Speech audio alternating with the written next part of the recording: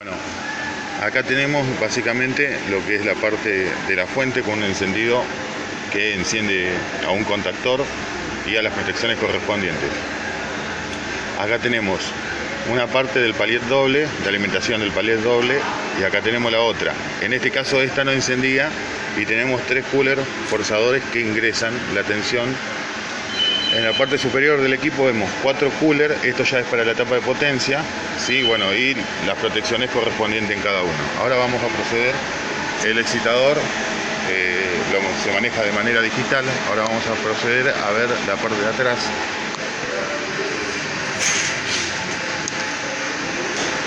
Esto va refrigerado, como verán, todo con aire acondicionado. En este equipo, bueno, tenemos un conector de salida DIN. Acá tenemos el módulo central, básicamente.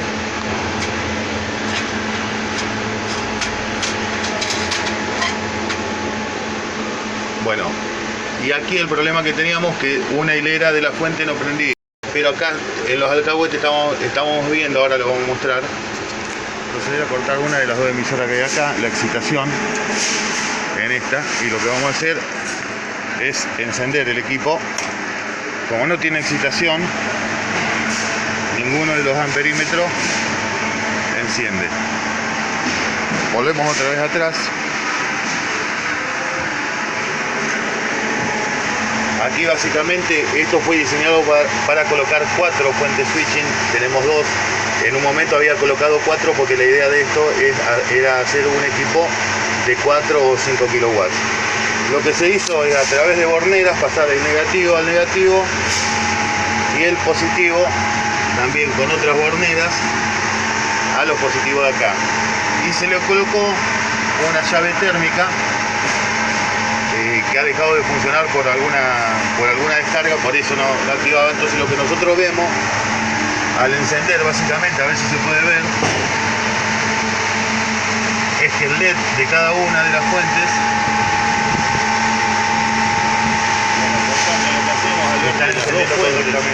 las dos fuentes, lo que están con el LED encendido es resetear esta térmica que tendría que ir en el panel frontal,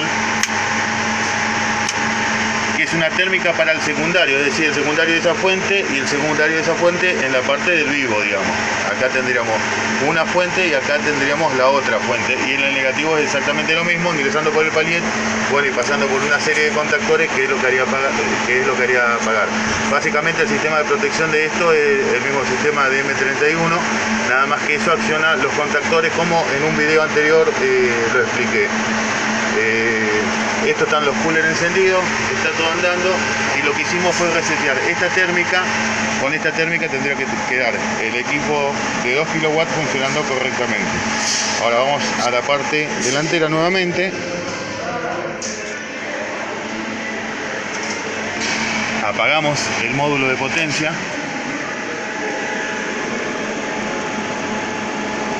Prendemos el equipo, aguardamos a que arranque el excitador.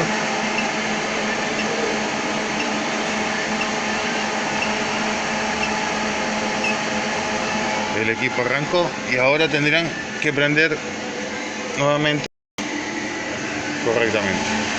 ¿Por qué se colocaron los 3 amperímetros tan en paralelo? ¿Para qué? Para tener un control exacto del drenaje de corriente, ya que los amperímetros que están viniendo no son de buena calidad, y el zoom que vienen no es lo que nos serviría a nosotros.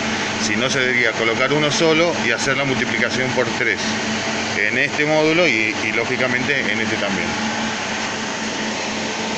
Ahí el equipo quedó andando correctamente. Sí, aunque ustedes no lo crean, están andando con un cable de media pulgada que tiene menos pérdida que el de 7/8, que está tirado allí detrás. Y en este módulo de potencia lo que vemos es que en el disipador tenemos 2 coolers más de costado, además de los 4 que vienen. También algo fundamental en este tipo de equipos es que, bueno, los equipos, por lo general todos los equipos de radiofrecuencia, al pararse los coolers se paran. En este caso los coolers quedan funcionando durante 3 minutos más, mediante un temporizador.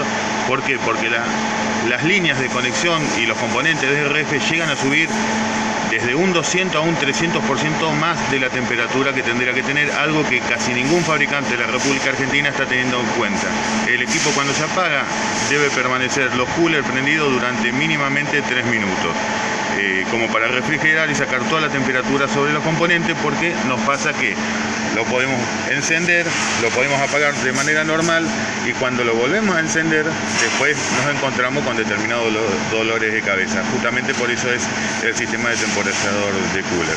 Bueno, esa es otra cosa a tener en cuenta en este tipo de equipos. Como les comentaba, bueno, este utiliza el sistema broadband de banda ancha corrida 88-108, que se cambia a través de estos equipos, y este también con el mismo tipo de fuente, una sola en este caso, y un solo módulo para 1 kW trabajando tranquilo. Hasta aquí el video tutorial para que no le tengan miedo a las placas.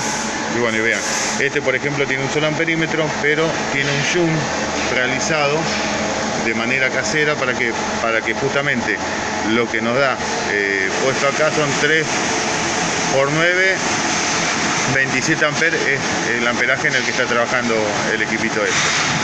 Bueno, hasta acá el video tutorial, espero que le haya servido como para ver cómo realizar las protecciones en este tipo de equipos cuando se realiza el armado, y nos vemos en el próximo video tutorial de Dimar, transmisores y antenas.